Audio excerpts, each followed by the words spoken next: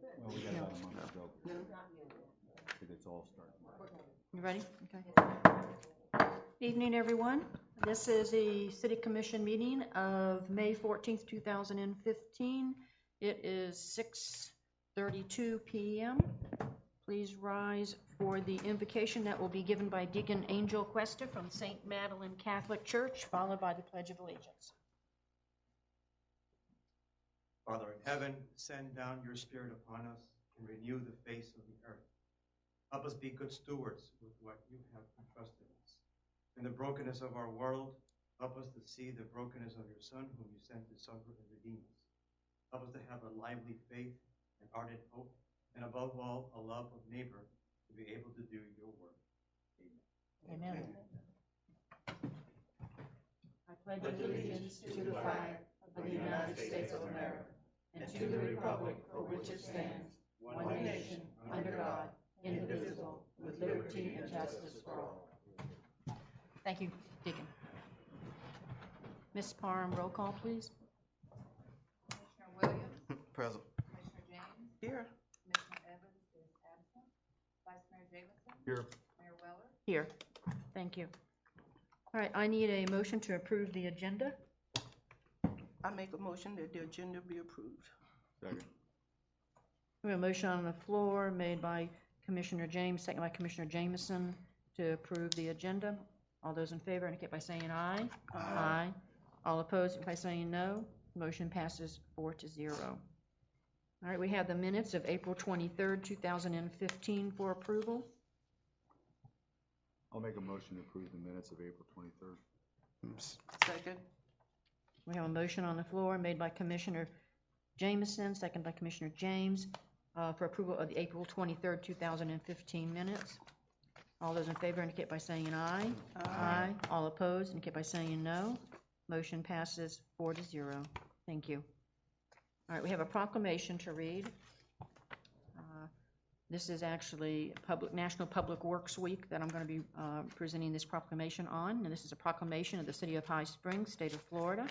Whereas public works services provided in our community are an integral part of our citizens' everyday lives, and whereas the support of an understanding and informed citizenry is vital to the efficient operation of public works systems and programs such as water, sewers, streets and highways, public buildings, and solid waste collection, and whereas the health, safety, and comfort of this community greatly depends on these facilities and services, and whereas the quality and effectiveness of these facilities, as well as their planning, design, and construction, is vitally dependent upon the efforts and skill of public works officials, and whereas the efficiency of the qualified and dedicated personnel whose staff public works departments is materially influenced by the people's attitude and understanding of the importance of the work they perform.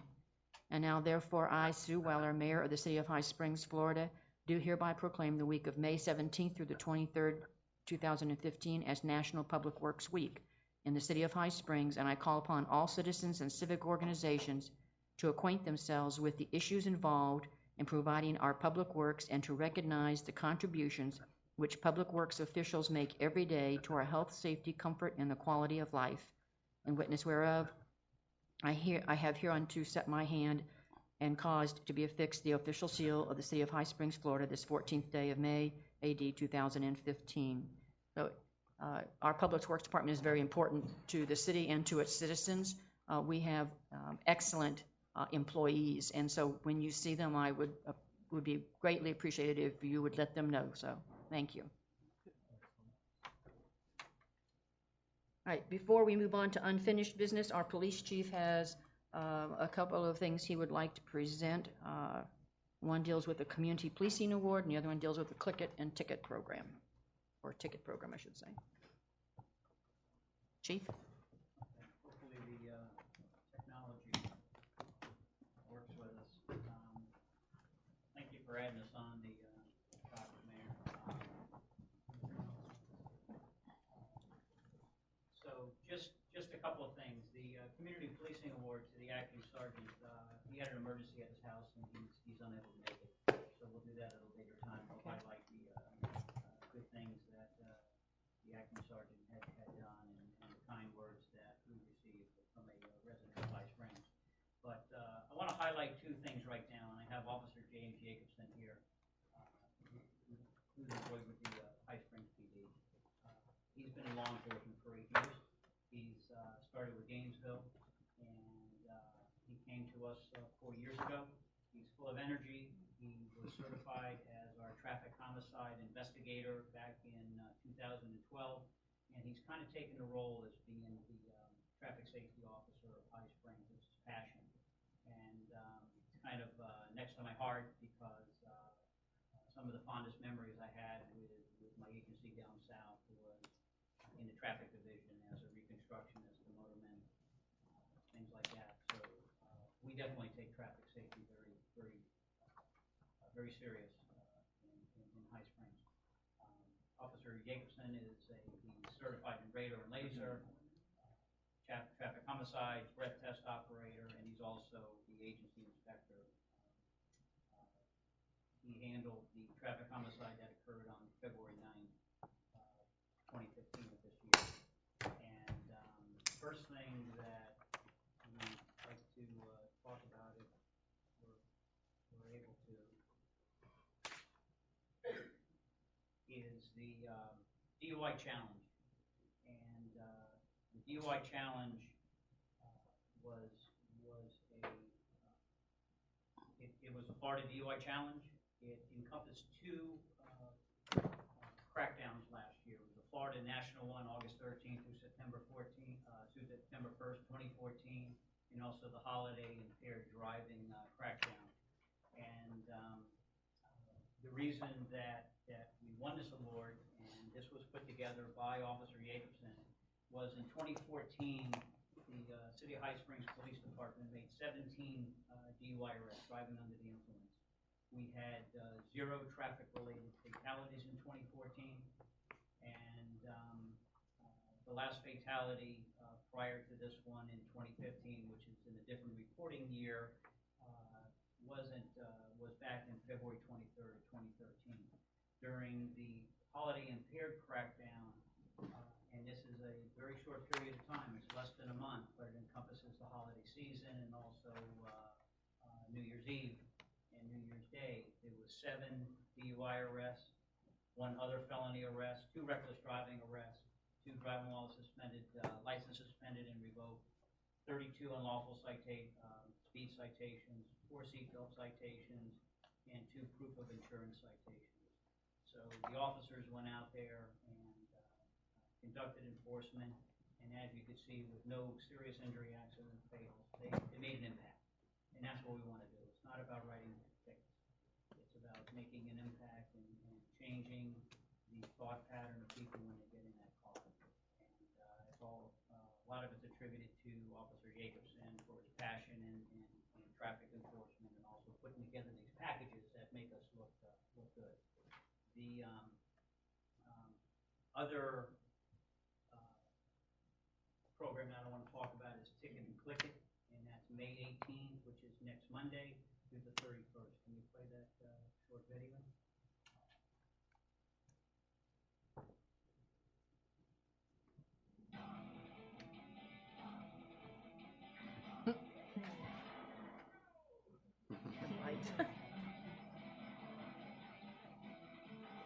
The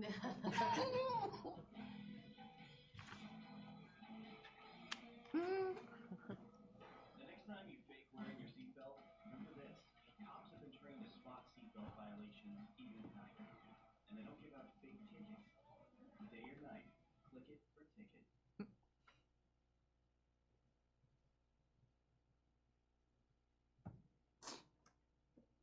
Okay, we start out this program by, we're going to put out a press release. We're going to contact the local newspapers, and we're going to let them know that we're stepping up enforcement, which starts on Monday. In the press release, we do mention something I want to highlight. According to the Florida Highway Patrol, there were 125 vehicle occupants that died in 2014 in Alachua County. This and FHP is reporting as of January 1st through May 12th, Alachua County has 46 vehicle occupant deaths. We did have one ourselves at the beginning of 2015. Hopefully, and he was not restrained. So that's definitely going to go in at statistics. Penalty for seatbelt violation is $100. So that's the start of it, is a news release. Here's some facts, some very interesting facts, and I'll kind of go through these fairly quick.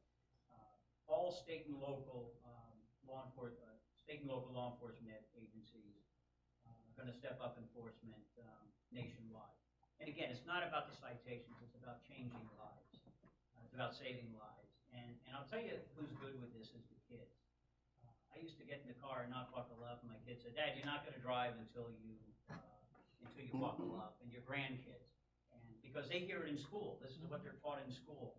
In 2013, 9,580 unbuckled vehicle occupants were killed in the United States. 9,500. National seatbelt usage rate is 87%, which is pretty good.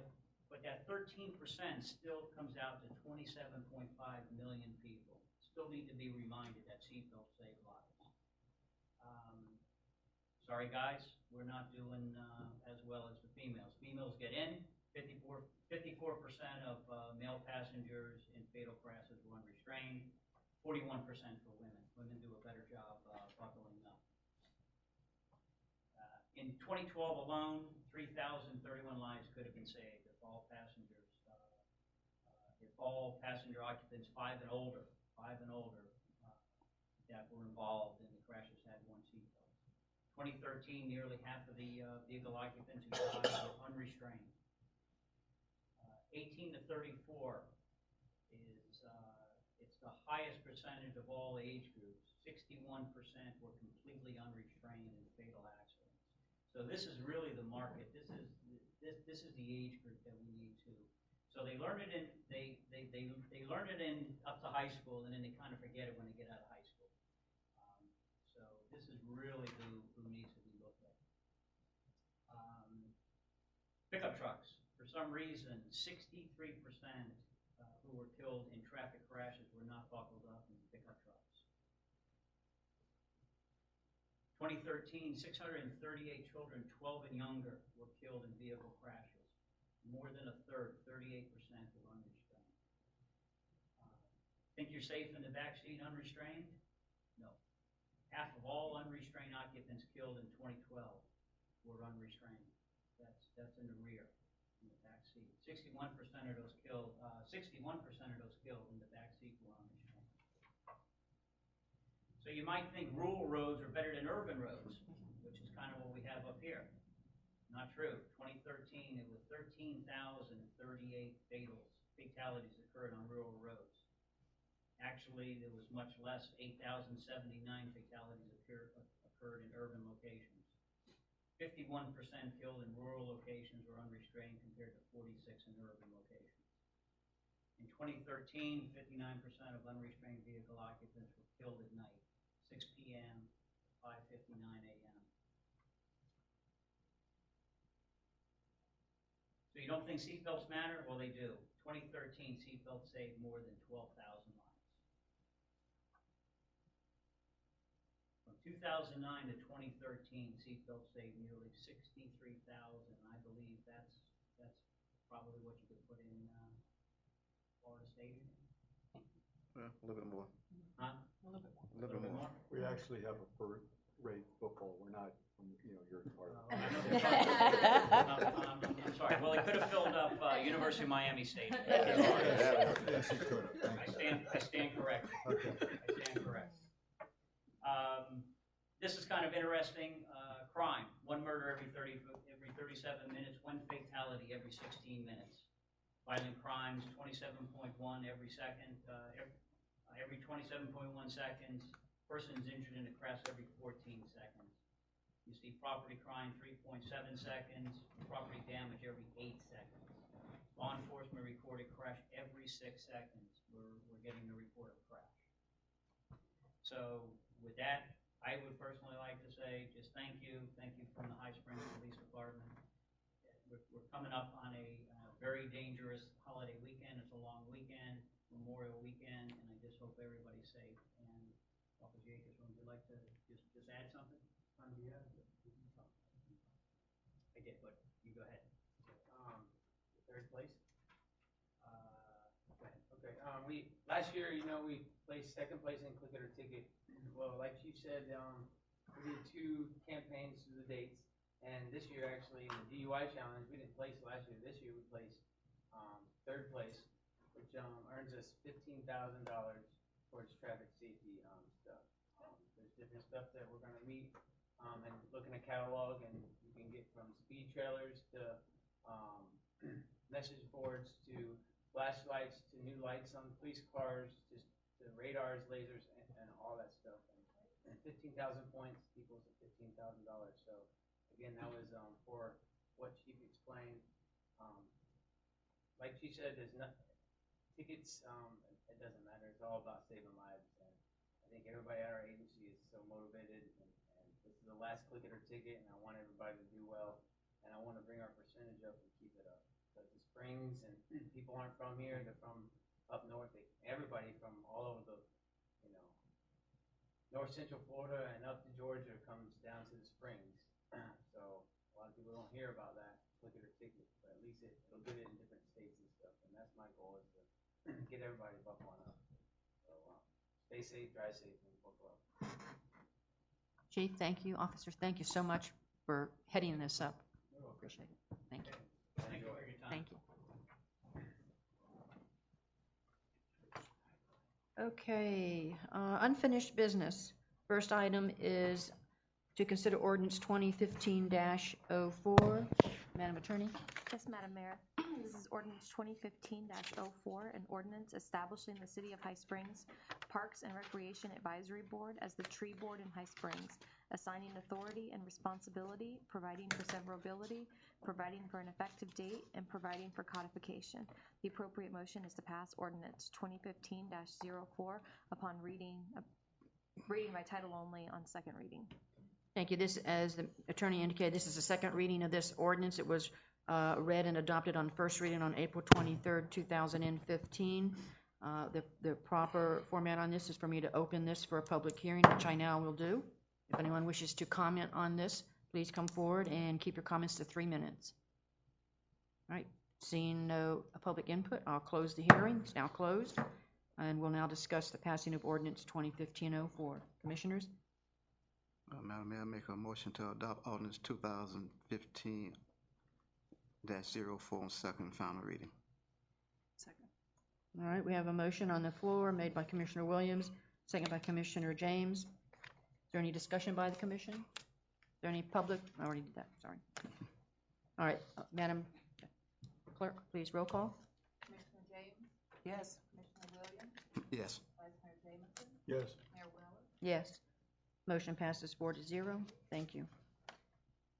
All right, next on the agenda is the citizen requests and comments. If there's anyone who would like to come forward and make a comment or a request, please do so, but limit your comments to 5 minutes and direct your comments to the mayor. Is there anyone that would like to come forward? Please give your name. It's not required that you give your address. I will give my address. My name is Andrew White. I live at 15707 Northwest State Road 45. For somebody that doesn't have an encyclopedic memory, that's just past Tillman Acres on the same side of the road. My family and I have lived there for 20 years now, and we're petitioning to join the City of High Springs in a voluntary annexation.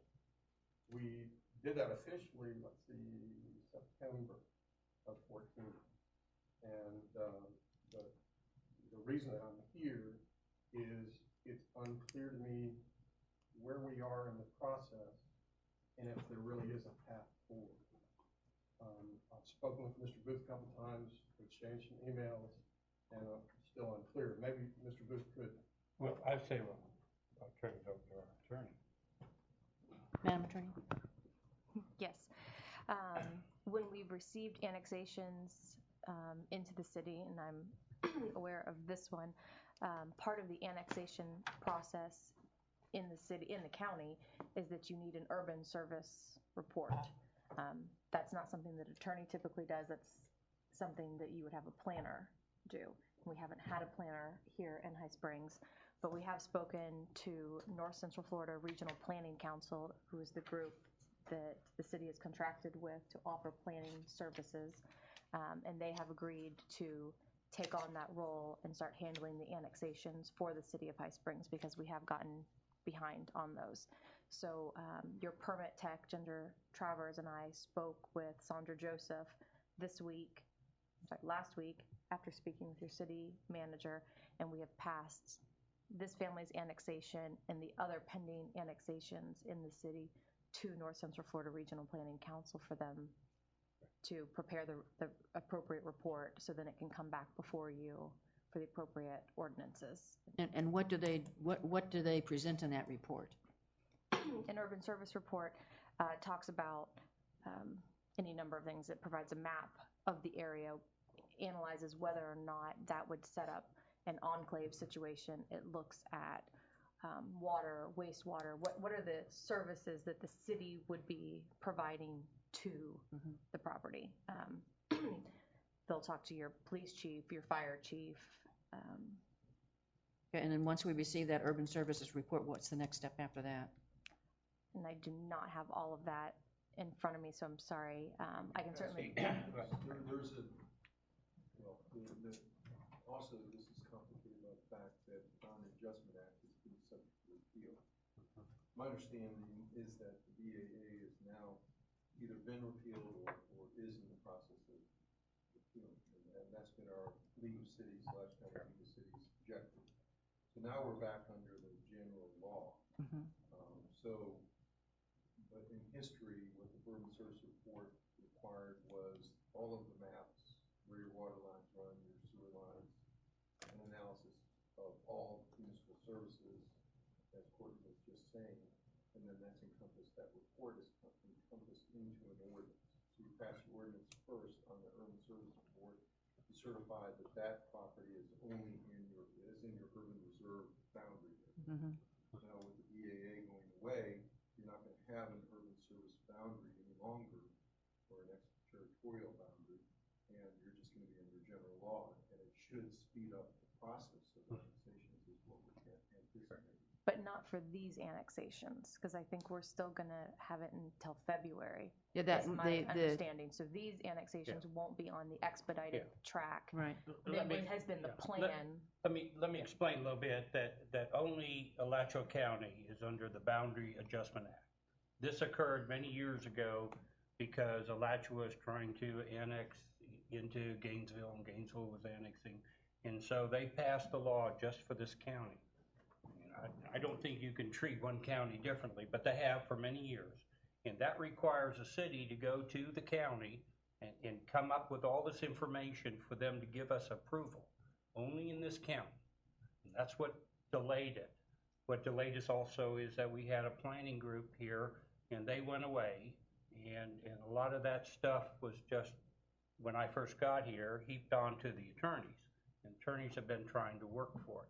I actually have this, I'm really talking about an item on the commission because I'm going to talk to the commission about it. But I have energized the regional planning group to take care of some of this.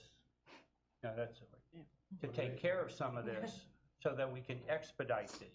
You're just one of many people and groups of people that want to annex into the town because they want to develop, and we want to accommodate that. Trust me, the county is very slow and deliberate. And if you saw the front page, they're getting involved in cities also. So we're going to push it. And I would hope that within the next 6 months, you're annexed. I promised that to some other groups too here just recently to energize this. So normally it's a 3-month process.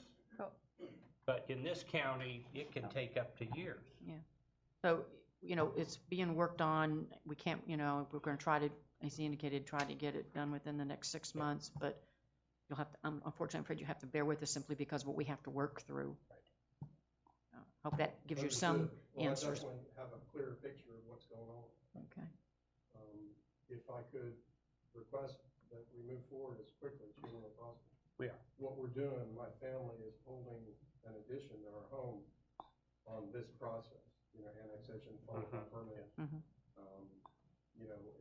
We may have need for law enforcement if I don't get that thing built. My wife's gonna whoop me that morning. Well, we'll- I can assure you that the planner does have I know for a fact that she has your specific application, and is working on that, so. Yeah, thank you. Okay. And if I could make just another comment on another issue, not muddy things too much. City of High Springs Police Department responded to our house 2 weeks ago on a prowler, and they were very professional. I appreciate them helping out ASO, and it kind of goes to us being annexed. I don't think anybody realizes we're not in the city, you know, and the police come out, if we call 911, I think y'all might as well get the money. Well, thank you for very much for your recognizing our time police and your department. efforts. I appreciate it. Thank you. Thank you. Appreciate it. Anybody else?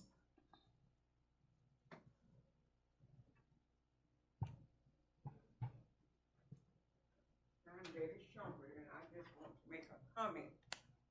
And it's concerning the Pioneer Cemetery.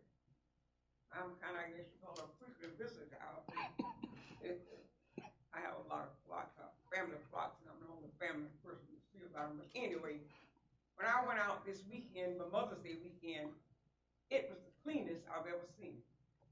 They had really done a good job. I don't know if y'all have a different company or whatever, but it was just before Mother's Day, and all I had to do was go out and carry my flowers and sweep off the grass that they had mowed. You know, they did a fantastic job. The only thing I didn't like was they moved my flower pots. Oh. But after seeing what they did, I wouldn't say anything about it. I just went and got me some more flower pots.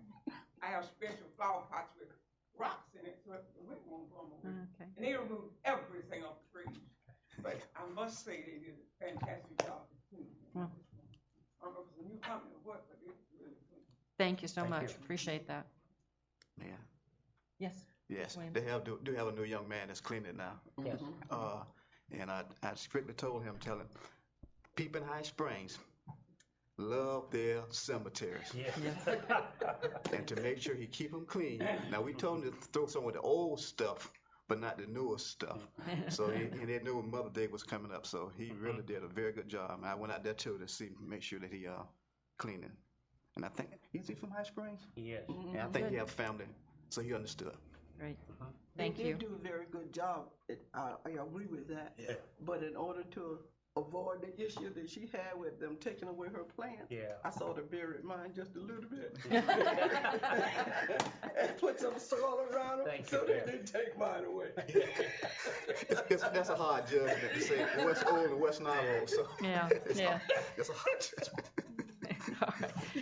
Is there anybody else that would like to come forward? All right, seeing none, we'll close the citizen comments. All right, moves us to new business, which is to consider Resolution 2015-D. Madam Attorney?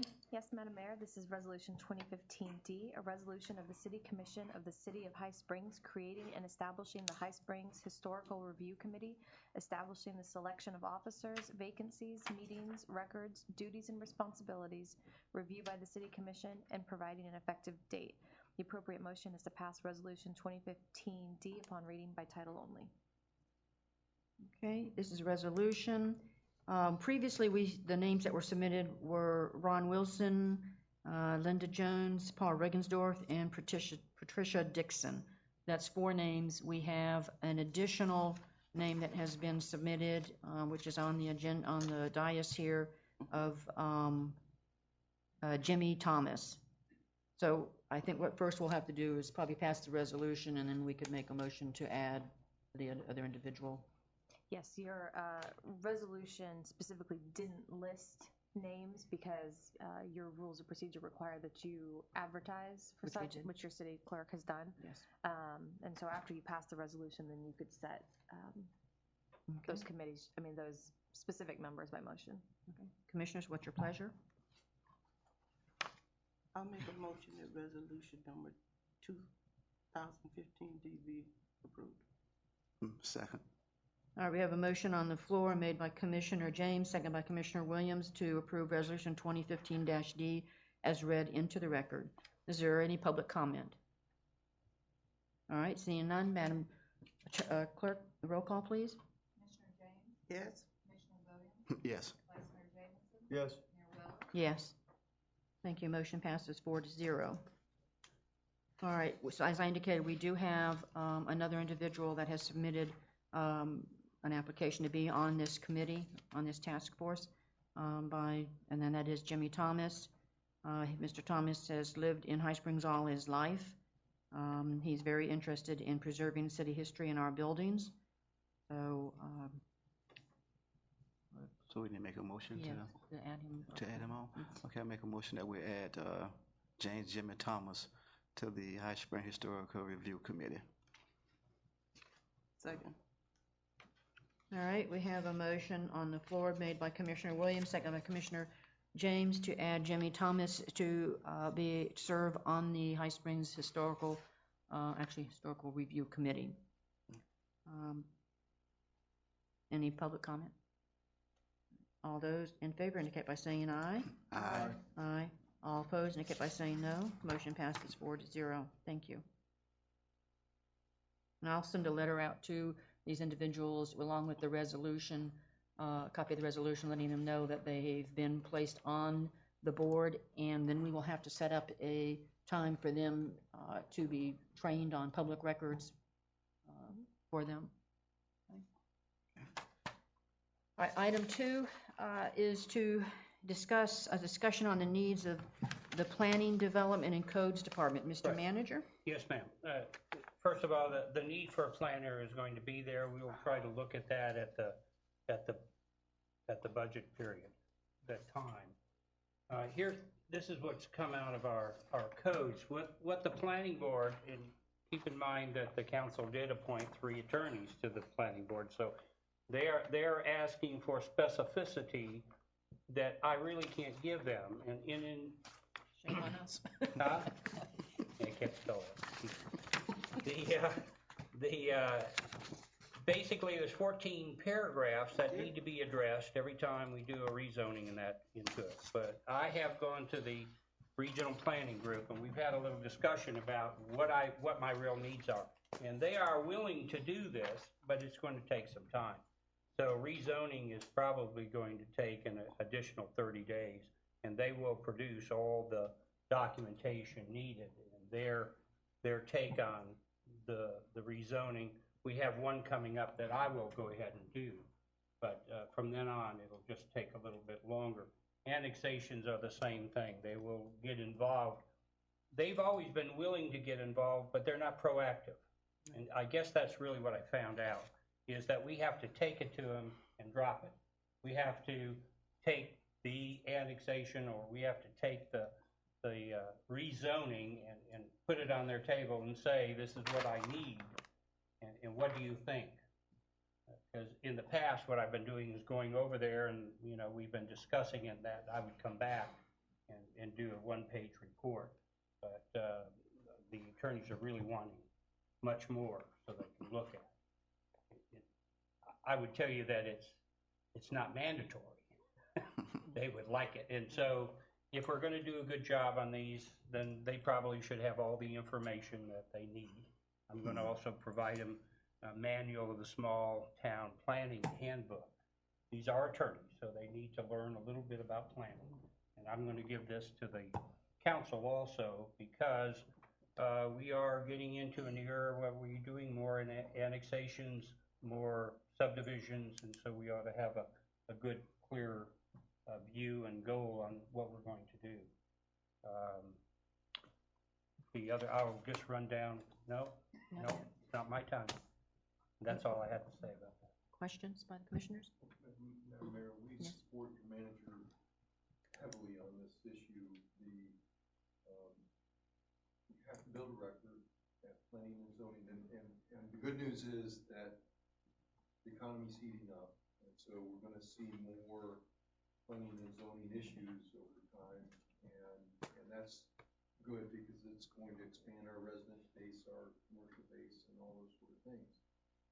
The point that he's making is that there has to be a record at planning and zoning, but then there also has to be a record in front of you when it comes up to you. They're advisory to the commission has the final say-so. And then ultimately, if somebody is aggrieved with a decision either for or against, then it can go to the court system. And it's not fair to your manager to put him in the hot spot of trying to come up with planning data, and attorneys really aren't equipped to do that either. You have to be hooked into all the maps and the data at the county, the property appraiser's office, and then run that information and then issue a report. And your manager is exactly right. Is the first step in the process is for your planner to give you that report so that you have it at the meeting. But there can be questions that are made at the meeting of your planner, and your manager likely won't be able to answer. Now, maybe he can answer some of those questions, but again, the decision has to be made supporting the grant of the rezoning request and land use change, either based on substantial competent evidence at that time, or the denial needs to be made on substantial and competent evidence. So if you're challenged, you always want your decision to have the impetus of being correct and have some weight behind it, because when it goes in front of the judge has to say, okay, was there evidence there to support or deny? And these things are always controversial. There's going to be people that are in favor of it, and there's going to be people that are against it, and that's just the nature of this battle that we have. So what he's asking for is really a necessity. North Central Florida Regional Planning Council is the most economical way for us to get that, but we have to have the support. So it remains to be seen, I think, and we fully support that. If they will do it and we'll get in gear, then it's going to help us out. But I particularly would say it's a wait and see type situation. We need that support. We've got to have the support, and your P&Z board needs it at the meeting. So that's the. There are other alternatives. There's other private planners. There's other planning groups. And if we need to go to all their alternatives, then maybe we need to do that. But he's right. We need to look at it between now and budget change, and then certainly look at it for 015, 016 budget year. And I have a concern about this. Will a planner from the regional council be there at the planning board meetings? Yeah, they will now. They will now? But we have to specifically ask them to come. They won't come automatically. See, they're not proactive. What I've really found out is I've got to do a written request to them. Please do this and come to the board at this time. And there's not all boards they need to be at, but they're probably are coming up. Probably will need to be there a lot. I know we're going to be looking at amending the budget that we're currently in soon. Probably in June, I think, or something like that. I would like for you to at least explore the possibility of hiring a part-time planner, even if it's just specifically for the planning board for when they meet and to address those particular issues. Right. So that I just see that we're, we've dealt with the regional planning council before, and they're very good. But you're right; you've got to be very specific with them, and I think it's imperative that we have a planner here for the planning board for sure. Right.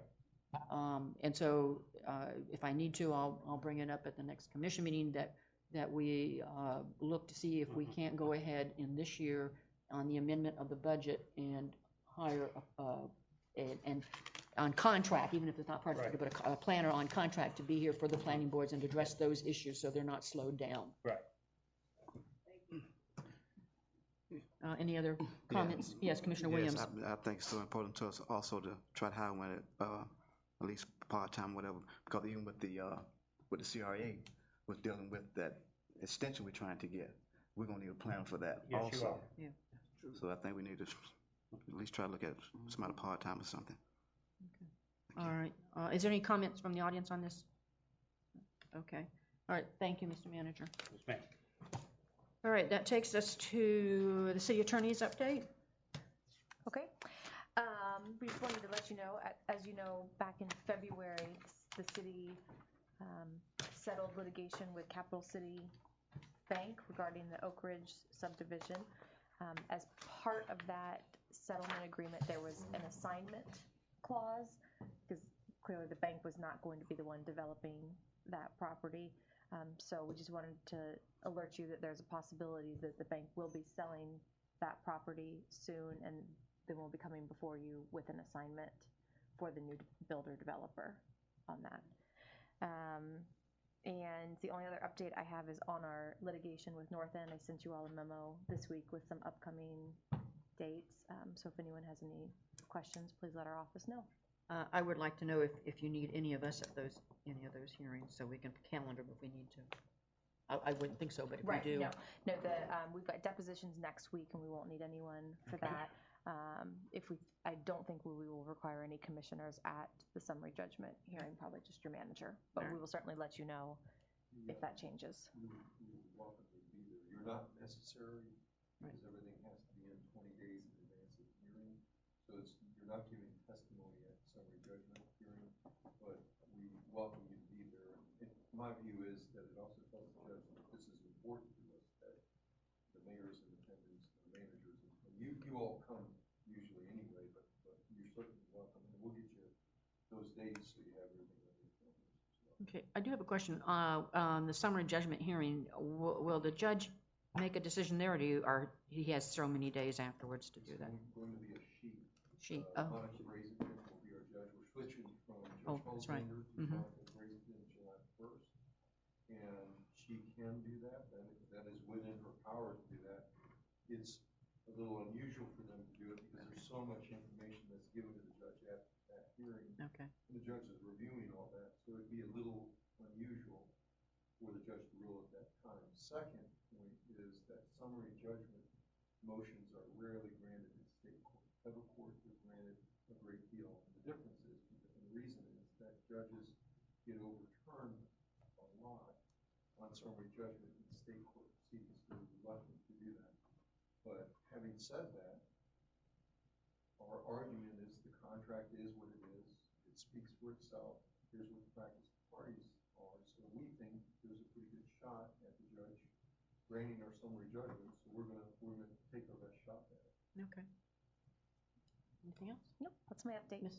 Mr. Manager? Yes, ma'am. I have a number of things, and I'll try to get them down in bullet form quickly. I'm moving JC into the electrical, sewer, water to repair grinder pumps. We found that he'll pay more than his salary. We get about 10 pumps a month. It cost us in the neighborhood of $750 if we send it out, have to have the electrical done, and we can buy the parts and he can do it for $250. And the grinder themselves, if we send it out, it costs us $1,500 and he can rebuild it for $750. And if you're doing 10 a month, the math is just really there. He will more than pay for his salary. We found another city that's doing that. I'm going to send him down there to see all the secrets that they have also, because they've been doing it for a number of years, repairing them. So I think we'll get, the idea is to get more efficient, to get the cost down for the sewer and all that. And on that, they're just in the last phases of getting the dryer out there in the sewer plant. It will be operational in 2 weeks. Okay. So we're on the last phase. I'm not even going to tell you what we have to do to finish it, but it's okay. Cox Communications, I have them interested. The mayor and I are going to meet with them in about 2 weeks. We're going to show them the town. We're going to, they want to look at their opportunities and our opportunities. So it's just a plus. I need the broadband into town for economic development. It's one of those real necessities. The truth is, even if companies were to look at us that are in Alachua, we don't have that broadband capability that Alachua would have, and we're trying to get it. Of course, there is no cost to the city. It's a benefit that we're trying to get in. Memorial Park, we're wanting to do a joint project with the Babe Ruth Group. They want to put in a new bathroom. They're willing to put in $40,000. They would like $10,000 from us. This is a bathroom connected to our sewer system. It'll be a first-rate outfit out there. The agreements will have to come to the commission. Of course, a change in the budget, we actually have it in the money in the budget, but when we do adjustment, that'll have to happen also. That's a real plus. If you see the screens out there, that's to the benefit of the players, because the players aren't distracted from the cars going by and the trucks, so they're a real plus. And we get, You gotta be joking. No, I'm told that's, Oh, I know that, I'm just messing around. Kids are different today than we were. they were. I'm sorry. Yes, they are. That's right, we played stickball. Anyway, I gave you a letter requiring a certification going to the USDA that said we are compliant, and I've given them that certificate. That's done. sir, compliant on what? Our security, Oh, yes, okay. okay, assessment. Okay, we've done that. The police chief will take over till next Wednesday. I'm flying in the morning to Dallas and then picking up a set of twins and a daughter and driving to Omaha, Nebraska, where I have to go to a graduation of my other daughter. So, And you'll be back on the 26th? no, I'll be back Wednesday, the 20th. Okay, because your letter said through the 25th. Well, I'm here. Okay. Okay, all right. because my sister's coming here, but I'm flying okay. back on the 20th. Okay. So I'll be You'll here. still be out, but you'll be here. I'll be out, but I'll be here. Okay. Good.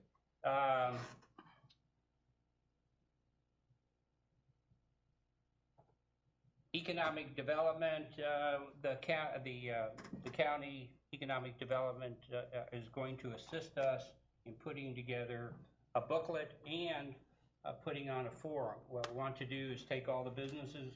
Economic development starts at home.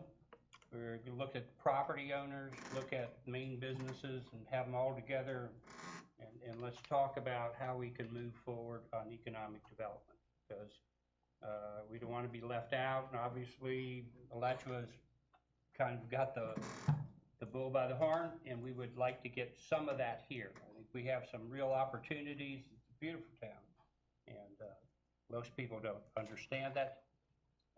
There was one sentence in the newspaper today that said, I didn't attend the meeting because I didn't know about it.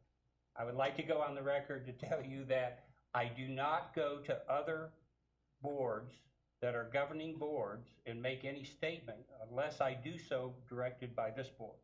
It would be inappropriate for me to go there knowing that I represent you without your direction. I won't do that.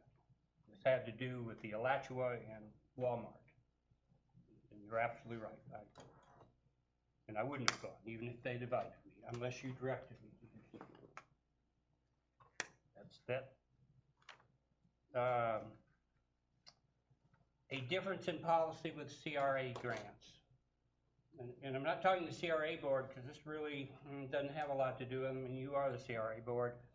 What we're missing is that when somebody comes from a grant, they come from the CRA, then they go and get the grant and they start the project and they get reimbursed by the city. What's missing is the historic board doesn't get to see it. They don't get to say this is how you have to do your project. And so what I'm saying now is when somebody comes in for a grant, we will send them to the historic board, which is the planning board, and they can say this is how we would like to do our project and get a blessing from that board, and then come to you and say we'd like this money. Okay. So yeah, because otherwise we're losing it. People are going to do and just bypass that whole board, and obviously you just put in a whole new advisory group. So it's an important thing to keep the historic preservation here. And on a great note, the mayor and I tramped through the woods the other day. Through poison ivy, I would say. Poison ivy, okay? There is absolutely a high spring. And it's out there. This is what it looks like. It's about 20 by 30 feet. It sits up. It's absolutely unique. It's in the middle of a jungle. Actually, it's only a 16-acre area, but it looks like the jungle. It has a pumping station. There's some weirs, and it used to be, and it creates a spring that goes all the way down to the school. Where is it? And let me tell you where it is, okay? You go up 4th Street, all the way up 4th Street going north, Dead ends. and it dead ends. There is a little path that goes off to the right. You go down that little path for about 100 feet, and you will see yellow tape around trees. And you follow that yellow tape into the woods, and you will come to, I put the yellow tape down there mainly because I have the rural water people coming here to tell me how we can take care of it and what to do with it and introduce them to it. This one. Yeah, and so I didn't want to get lost, so I put yellow tape on trees to get down there, so when I bring them in here, I wouldn't be embarrassed about wandering around. And it looks like you are in a jungle out there, although you are in a 16-acre little area. And that, by the way, is going to come to you soon from the Planning and Zoning Board for rezoning. But that area we own. And if we looked at it, we, the city, own an acre up there. Now, there's a little contention about where that acre we own is and where the springs is. I have talked to Mr. Lodano, and he assures me that if the acre is not where it's supposed to be, then he will trade for the acre that the springs is actually on. So I consider us the owners of it. It's covered, because it's green, it's covered with slime right now. And so there's, I really don't know what to do it, but it's unique because it's a spring that's on a hill. Most springs are down below, created by a sinkhole. This is really a unique entity. The issue on the property is when you're out there and you look at GPS, you see where you are. When you're at the spring, you see where you are on the GPS, but then when you look at the property appraiser's indication of where the acre or the city's acre is, it's not there. It's further down. So we've got to do a survey and determine just where our acreage is and if it does encompass the spring. Oh, I think this is a real treasure, to be honest with you. I think people be just, it's easy to go out there and see a spring, but when you have to walk up a hill and then you see it, and it's really in that kind of a setting. And then you see years ago how they used it. Years ago they pumped water out of it. They had a pipe that went down to the trains, and they put the water in the trains, and then they went on their way. But it is our history, and I think we want to create a park there in some way, or clean it up, or do something. So that's going to be my new hobby. Is doing something. And so far, every meeting I've gone to, people have tramped up there, and I'm going to make it even easier for them to see. And they'll make more and more of a path there and make it easy to find. And there's more history to that spring than just the trains pumping their line. I can't remember who it was, but it's been years ago when Kirk Epstein was here. Something about DeSoto, Indians. It's quite a history to it. I bet you there really is, because it's unique where it sits, and especially for Indians, it's on a high. They like to protect themselves being up on a high hill. Yeah, even something keep buzzing up in this thing here. Oh, that's my Bluetooth. You bet, and that's it. Yeah. Okay. Let's see. Commissioner James, do you have any comments? Just one thing. I mentioned to you before about an overgrown fire hydrant, and I told you I couldn't find it. Well, it wasn't lost. Okay. It was me. It has been located, and it is overgrown, but it has also already been reported, so you don't really need to do anything. I just want to tell you it was found. But while they're out there, there is also a hydrant on the corner of 3rd Street and 2nd Avenue.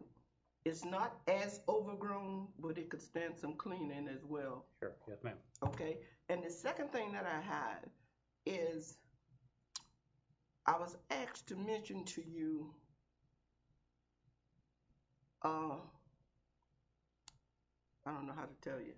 There's a lady that's complaining about her neighbors leaving garbage all over everywhere. But I understand she also called and reported it to the police today. And I think one of your officers went out today. But that's what she said, because I talked to her just before I came here today. So I think it's being taken care of. So we'll just let it ride for right now and see what they do. We'll make sure code enforcement too is involved in it, and we'd like. Right. It's over at 17186 Northwest 239th Terrace. Okay. That it? That's it for me. Commissioner Williams? Don't they have, this past Saturday, they had National Train Day. And, Bob, it turned out good.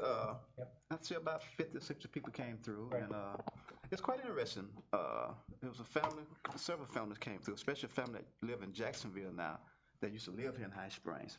So he was very impressed with High Springs, and most of the people that came through said it's a very nice city. So it's real nice to hear people say good things about High Springs. It turned real well for that National Train Day. That's all I have. Mr. Jameson? The only thing I have is that, again, this weekend is Music in the Park, Sunday from 2 to 4, and our community school band will be playing this weekend. So I'll be there to introduce them, and it's always a great fun to be there and to listen to our community school children play their instruments, and they always do a great job. So if you can make it, bring your chair and have an enjoyable afternoon, and if it is rainy, we will kind of try to move it into the school. Okay, that's it. I'll entertain a motion to adjourn. So moved. Motion made. Second. We're adjourned at 6:36 p.m. Thank you. I almost made it 7:30.